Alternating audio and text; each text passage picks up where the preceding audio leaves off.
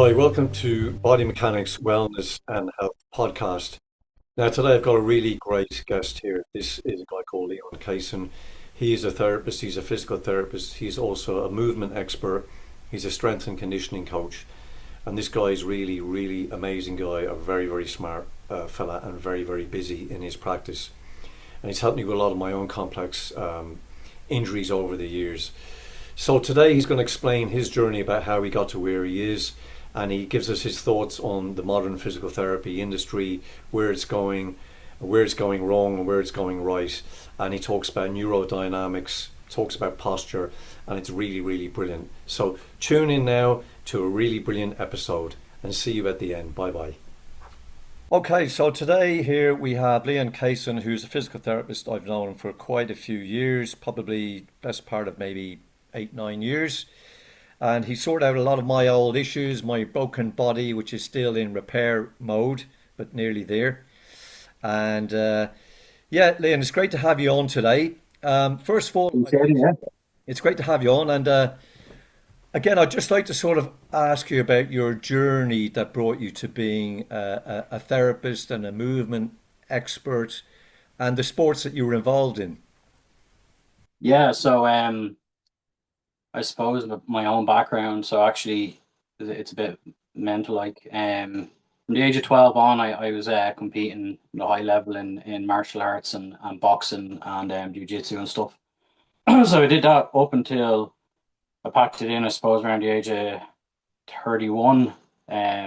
Multiple injuries over the course of that career. Funny enough, in college when I actually just went into first year. I started out in civil engineering, so I've always had a kind of interest in, I suppose, mechanics of some sort. But after the first year of that passing the exams, I wasn't really too interested. So I changed over to sports science and strength and conditioning. So completed my first kind of degree in that and was working in the field for many a year, up to 10 years, went to travel and worked in America with just even various athletes and general public, and came back then and went back to college as a mature student and started studying physiotherapy and the health science and things like that.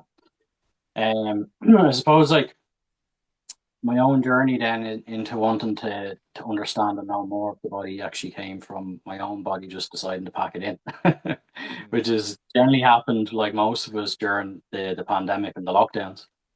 I remember it's just you didn't have the gym, everything was upside down, you know.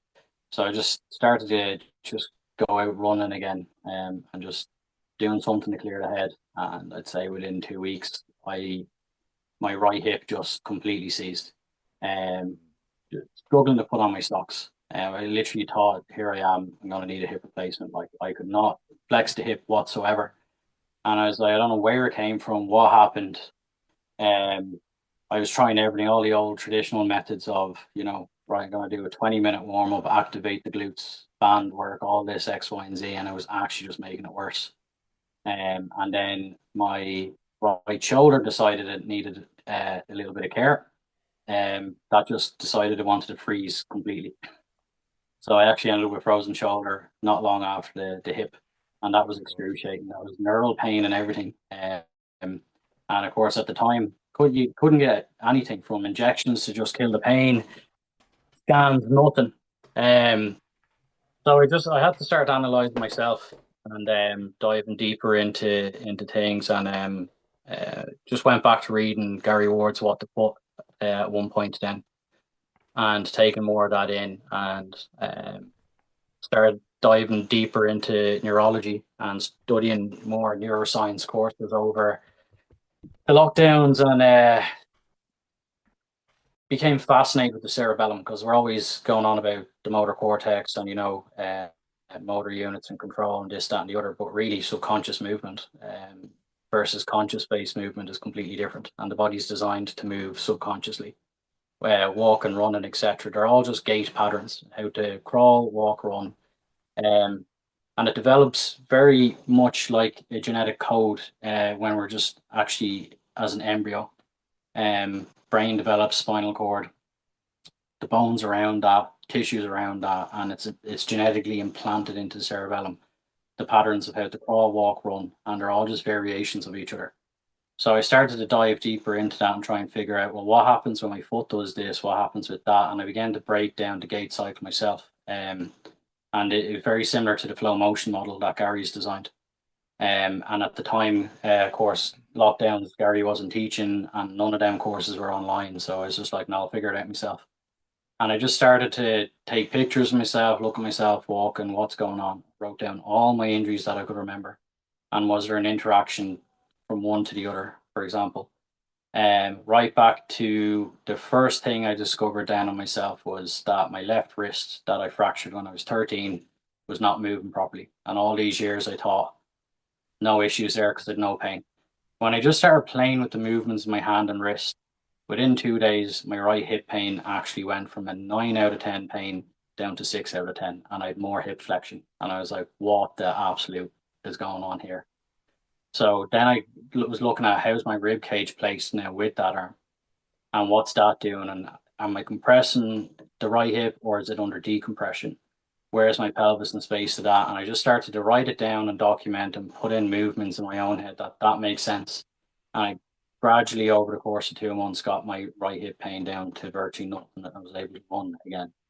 And not one band exercise was done, not one glute bridge was done.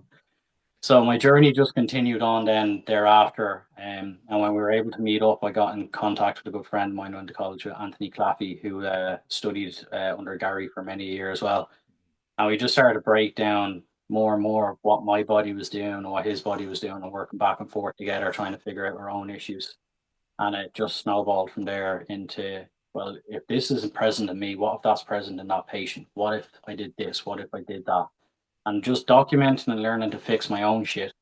I then was able to actually start to fix other people in the clinic, and by guiding them and showing them what their body's missing. And it's still snowballing. I'm still discovering new things daily. And this approach is a lot more exciting, I suppose, than the old school traditional approaches that we were taught.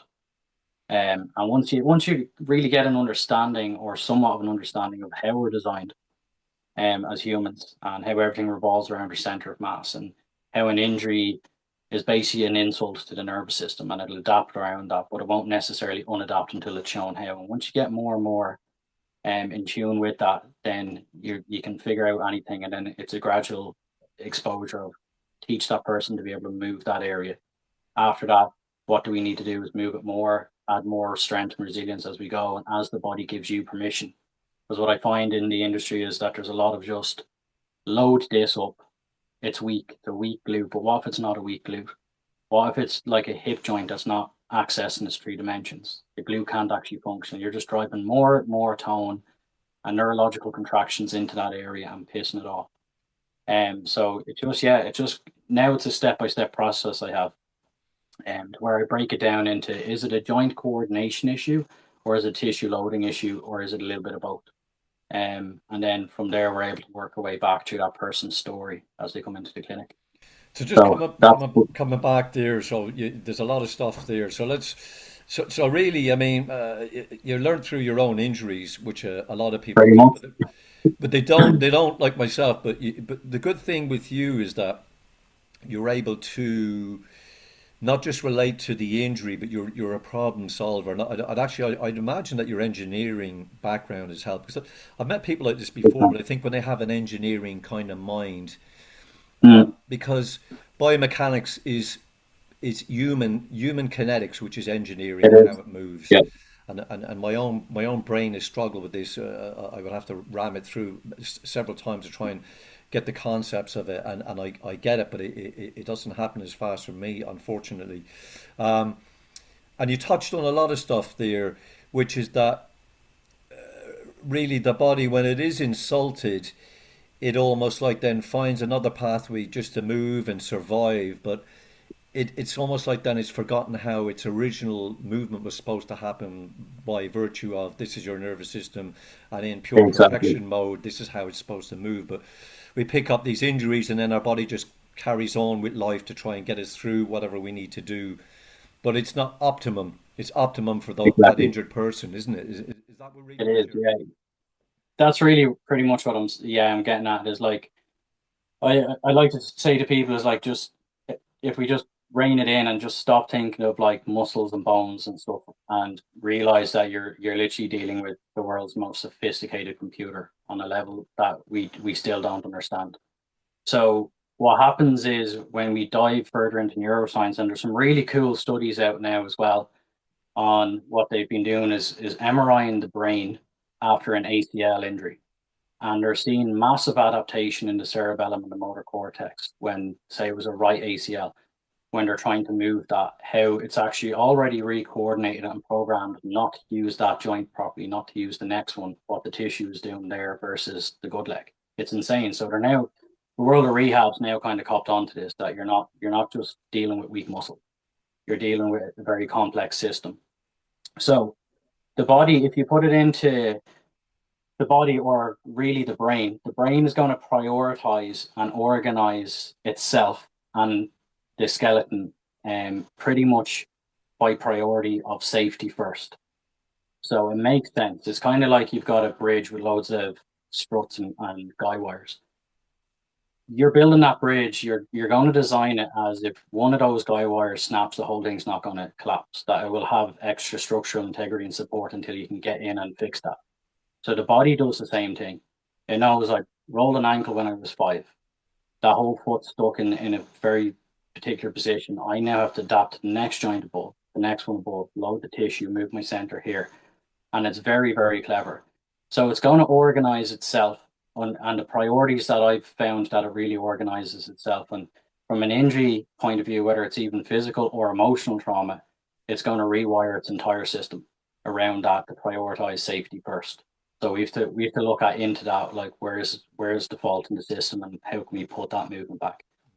The other way the body organizes itself is through efficiency, right? So repetitive lifestyle. That can be down to jobs or a big one down to is sport, right? So you're a football player, you're right footed, you spend most time loading into your left, soloing, striking the ball with the right side. So your whole body knows that's what I do. I've been doing this since the age of 4.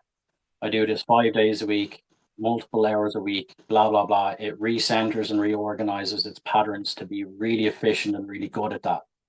However, that down the road actually subjects you then to injuries that may come out of the woodwork, like a hamstring going, quad going out of nowhere.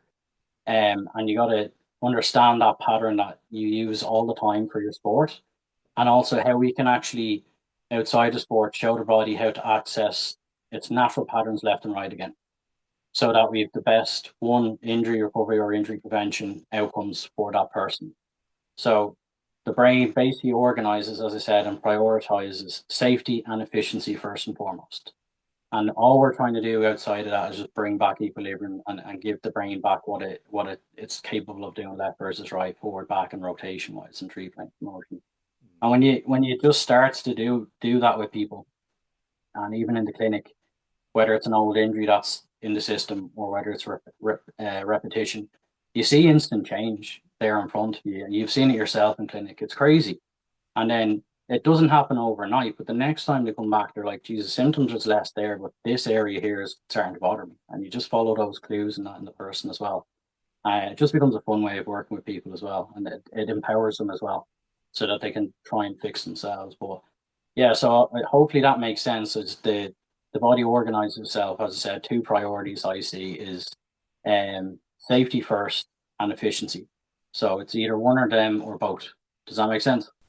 Yeah, no, and I think that's really important. I think that's only really becoming more apparent now in our industry, and I think that we live in a very linear world. Unless you're an athlete, so like we know that there's three planes of movement: sagittal, transverse, frontal. So it's straight on, side to side, and rotational movements. But a lot of people don't move in that world. They kind of sit in front of their computer, get into their car, 100%. and as an example, a guy does this kind of stuff, then he goes out and plays soccer, his hamstring goes or his back goes because he's not used to making those side rotational movements. And we need to kind of bring back to doing those kind of movements, unilateral movements, which is not done, but probably not done. Yep. Not enough information in a in an athlete's world, depending on the athlete as well. And yeah, as you said, it's amazing when somebody has like an old ankle injury and you get them moving it and loading it, and suddenly it feels lighter. That's what I get. Like it just feels different. It feels Lighter. Yeah, like that's the word. It's it's like that's how it should feel. yeah, It's mental, like, yeah. And you do the smallest, almost gentlest type movement, and their legs are rattling, they're shaking, their quads are low, their glutes on fire, and they're like, "What is going on here?" And it's so clever. You can just see the system light up there in front of you, and the brain realize what it's been missing, and it's crazy. Like just even doing as we know ourselves, what we call suspension phase or pronation drill done right, with a small, simple knee bend. Um, I've seen athletes' quads just get pumped after 5 reps, and they're like, "This is like I've done 20 squats. My legs are rattling." I'm just like, "Just go with it. Just the body's figuring it out. Just go with it." And yeah, it's mad. Like, yeah. That's again. yeah, So it is that sort of thing where you see it's a neuro thing. You see the leg really shaking. It could be the yeah, quads, it could be the glutes, and suddenly you're loading an area that maybe was injured, and the nervous system has forgotten about it, and it's almost like you've cornered it, and now it's going, yeah, wow, what's going on here? And yeah, and then usually the shaking will just start to calm down, and yeah, the person even themselves says, well, wow, this is mad, and then amazingly it feels like, oh, there's something really happening here. yeah. It's woken And up. they're sweating doing it. I've done it myself. I've experienced it myself multiple times in my own body. You're absolutely sweating after 2 reps. Oh, it's really It's it's kind of like exhausting. just doing a heavy deadlift session. Like, Mm, you're wrecked. You're wrecked for hours after. There's twitching going on, or your ribs are popping out of nowhere, and you're kind of going, "What is going on?" And your body's just so clever. It's already gone. You show me what I need, and it's just reorganizing itself for hours after. It's brilliant. Like, you feel insane. wiped out about it. Um, so yeah, listen, great.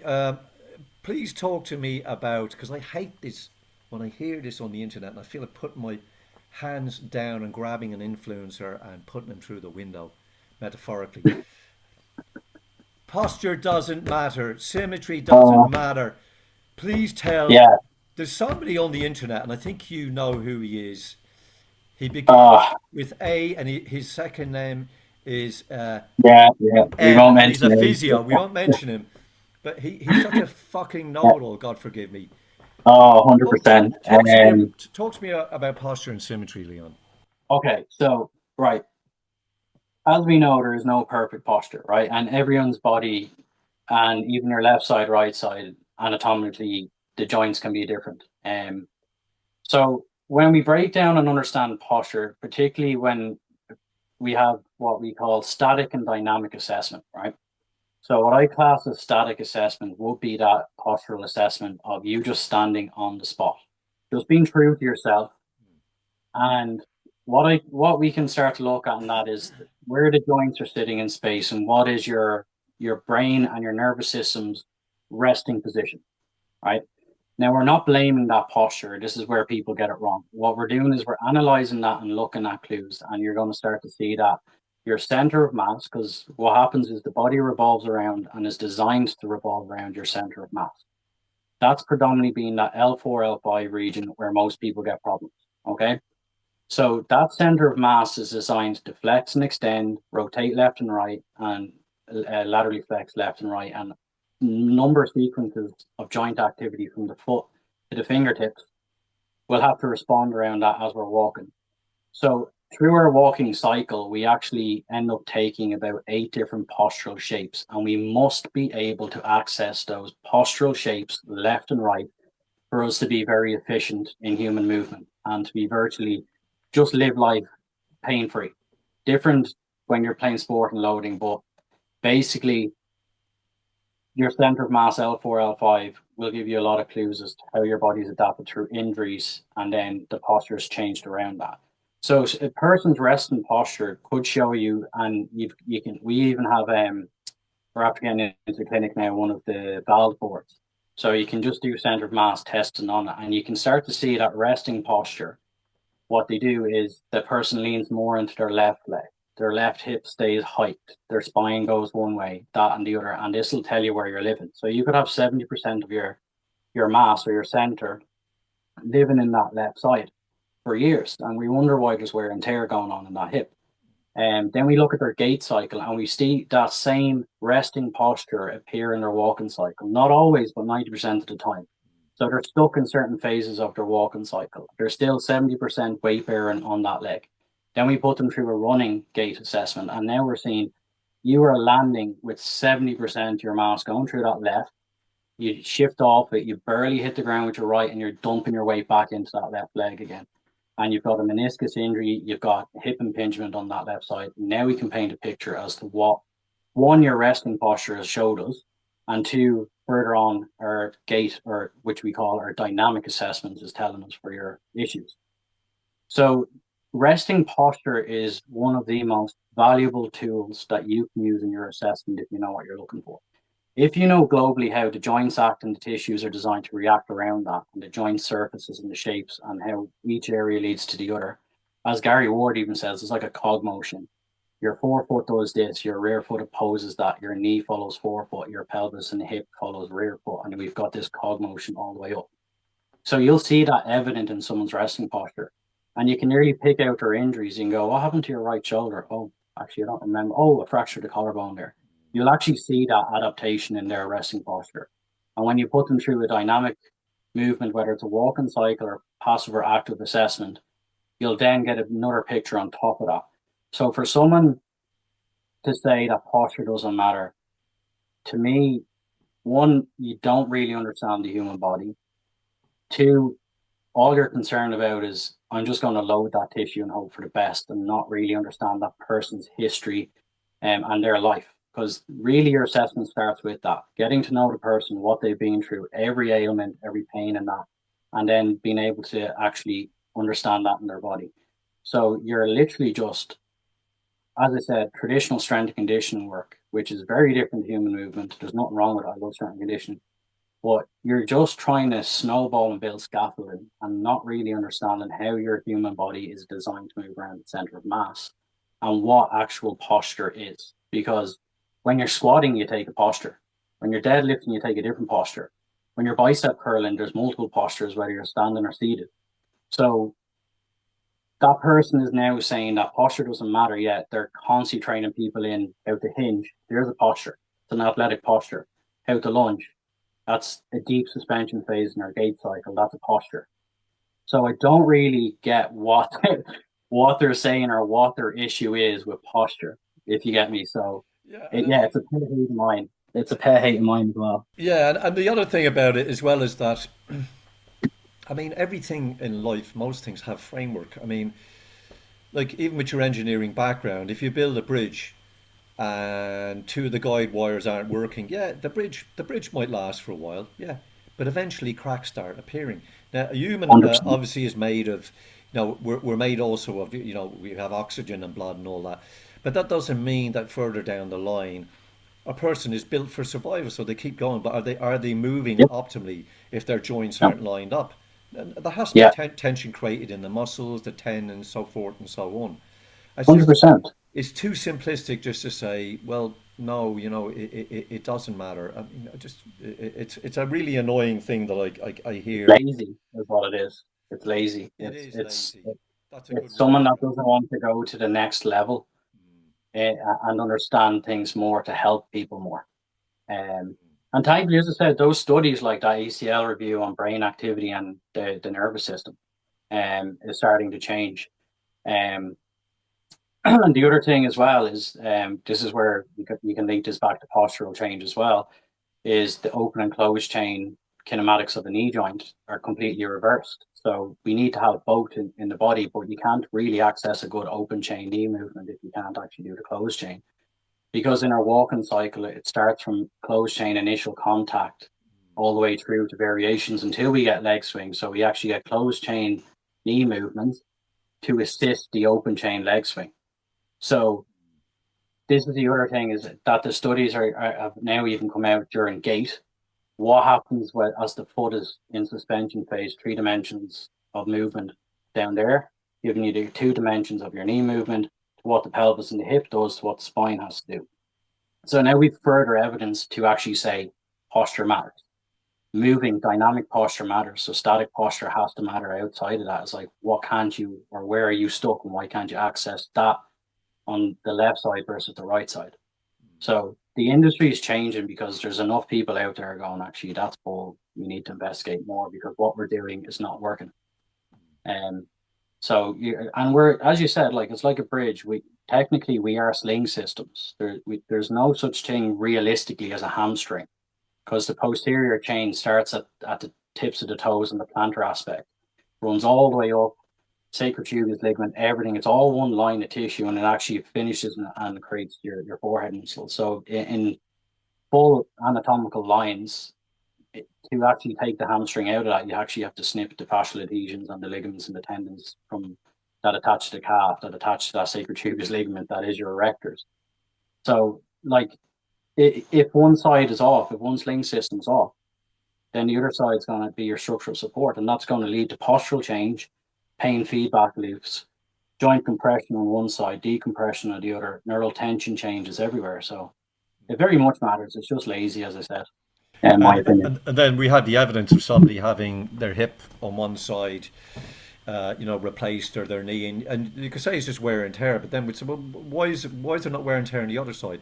Yeah, Well, they're right legged. Well, but there's probably a bias in everybody. But there's your body is designed well enough to have a bit of a bias, but there's probably a very much a bias or yeah, an injury history which matches that for that person to need their hip replaced on 100%, one side and 100%. their knee. So tell The me, other thing with yeah, sorry, just the other thing with the yeah, posture, and I get where some people in the industry are coming from, is that we're not looking for you to be perfectly symmetrical. That's not what it's about. Like it doesn't matter if one shoulder is higher in general, if you can still access that movement potential, left versus right, side bends, etc. Um, and it's not about having a military posture either, which maybe that's where people are coming from. But it's about being able to revolve around your center of mass and access equilibrium of movement, right versus left, to create a symmetry of movement. And you will see the resting posture change and someone's center of mass actually change. And actually, they do, their posture does, in a roundabout way, actually improve. And it becomes more of that, Jesus, that's a really good looking posture that is, designed back even in the Victorian days of, stand tall, etc. So I get what the blaming the posture or where it's coming from, but we are designed to be symmetrical in movement. And a perfect example is this: if you look at kids that are maybe a year into being able to walk by themselves, and you will see how they move left versus right. I remember like just watching my friend's kid on the beach there a while ago, just and there's pictures of them, and it's just this perfect moment in time that one of the pictures caught as they enter suspension phase on their right side, and you just see all the joints, spine, and everything move into that. And as I was watching them walking, how the body just accesses that equally on the left from a heel strike all the way through. And the kid's standing there, and there's no postural change in shoulder height or anything with them. You can nearly assess them on the spot and go, "That's amazing." And amazing. then down the road, you're going to see that change, whether it's, as I said, repetitive lifestyle or that first injury that we all get, that first insult. But it's just amazing how the arms move and hips move, and there's this perfect equilibrium of left versus right movement, pelvic movement, all subconscious when you watch a kid move. It's insane. So you can semi posture doesn't matter because at one moment in time as a child, at certain ages, until something has influenced our body, we are perfectly symmetrical. We are moving and we've got a really good posture. So I hope that makes sense as well. And just watch it the next Yeah, time you see them. yeah, It's amazing. it does, and it does, and I think you're right. The whole military posture is it's about. I think it's like saying, well, this is an aesthetic that an impossible aesthetic that you're trying to get to. When it's Yeah, actually it's just about do all your joints move really well, and I hate to say this as well, but when people very often their joints move well, they do look kind of posturally correct. I mean, yeah, I mean they yeah, might have one shoulder a bit lower, but it's because maybe they're right-handed on that side, but they don't look exactly. like their rib cage is over here and their pelvis is higher on one Yeah, side. It's a bit like when you warm up and you before you train and your body is fluent and you're moving well, but you're moving yeah. well left to right, forwards, backwards, and it's amazing, So That word you just said there, fluid, that's perfectly describes it. You're able to access your movement potential fluidly.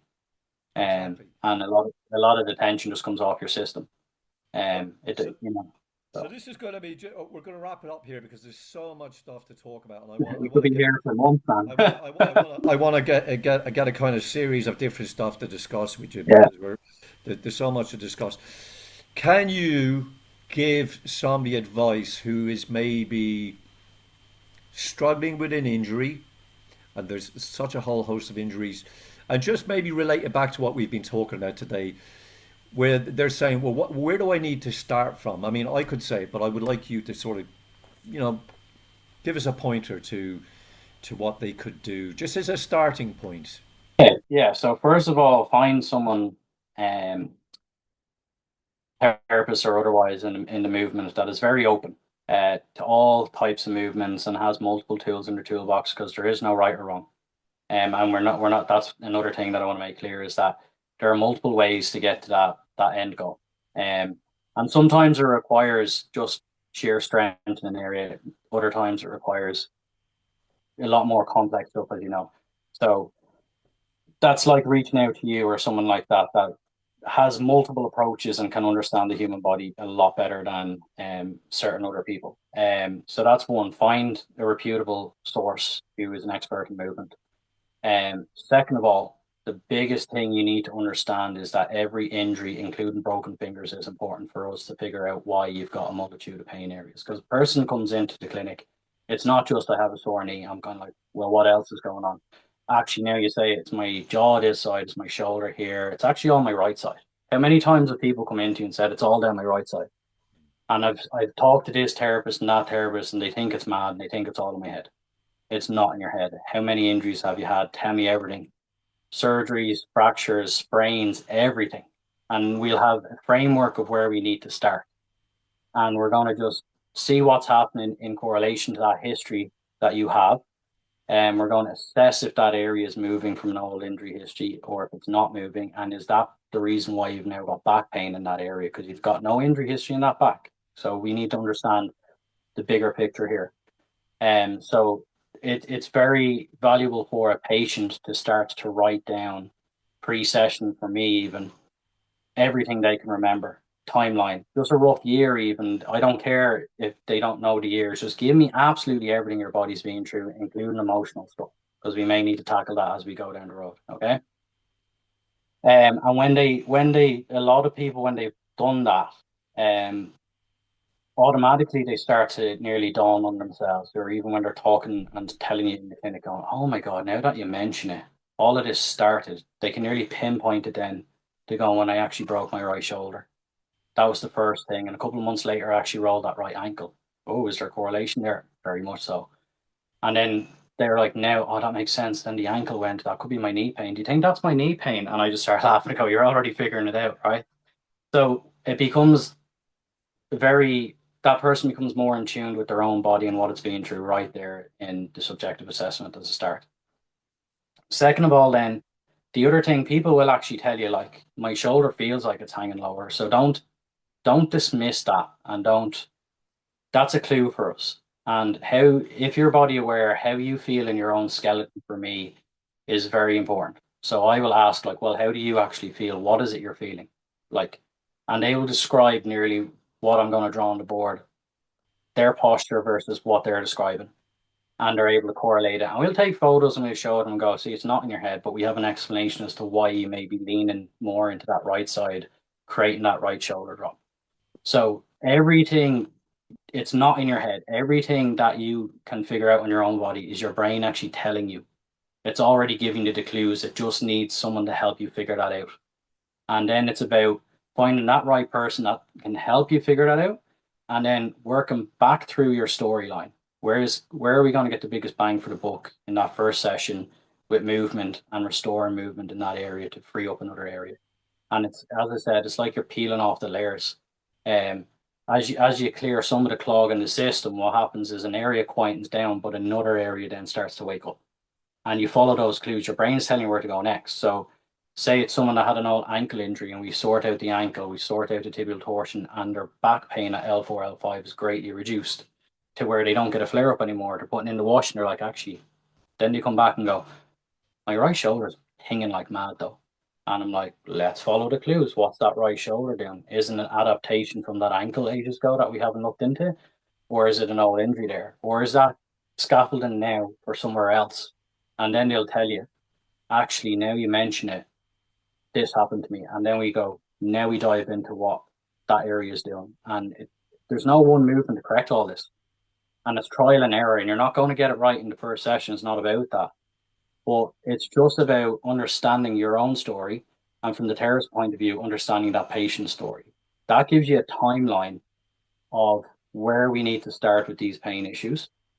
And if you have a framework on understanding your static and dynamic assessments without any other fancy tests, you can then blueprint that timeline into that person's resting posture and their walk. If you understand how the joints are influenced through each phase of the cycle now in your walking cycle, we can then go, you are stuck here and there. That area is not moving. What if we show the brain how to access movement in that area and then put it further into that pattern you're missing? And it becomes a neural pattern and a learning ability really quick. And then that area takes pressure off and it distributes the load better. And then it changes again. So, biggest thing in a roundabout way is write down your injury history first. Everything you've been through, bring it to your therapist. Secondly, find someone with the right reviews and the right approach. And you'll find them online now on Instagram and everything. So, particularly those who have studied, I suppose, under Gary Ward with anatomy and motion, definitely would highly recommend if you're not near yourself or myself, look into someone in the area that may have done that because they're probably in a better position to help you than most of the other therapists out there because they understand it more. And that's where you need to start. It's just one understanding what your own body's been through, and from there you'll get to where you need to go. Yeah, no, really good. And it's like you say, your brain is letting you know. And same thing. I don't know how many people come into me. It's all on my right side. I feel lopsided, and they think that they're going mad because it's a whole process of trying to understand their injury history. Injury history is massive. It's tied back to everything that's going on with them. It doesn't matter if it happened 10 or 15 years ago or 20 years ago. Your body has had to adapt to that, and it's unraveling that and trying to understand that. So listen, thanks a million. This is fantastic, right? Thanks for having me. We're gonna Kind of really worms opens now. yeah no, but it's just really amazing information, and let's do another chapter where we can kind of delve into more kind of case studies and stuff like that. With Yeah, 100%, 100%. Yeah, yeah, all the way up to sports performance. There's loads of stuff. Like the world's our oyster with this stuff. It's great. But it's amazing. thanks for having me on. Yeah, fantastic, and a happy birthday. Thanks a million. Getting younger, 21. It's brilliant. Keep going. Take care.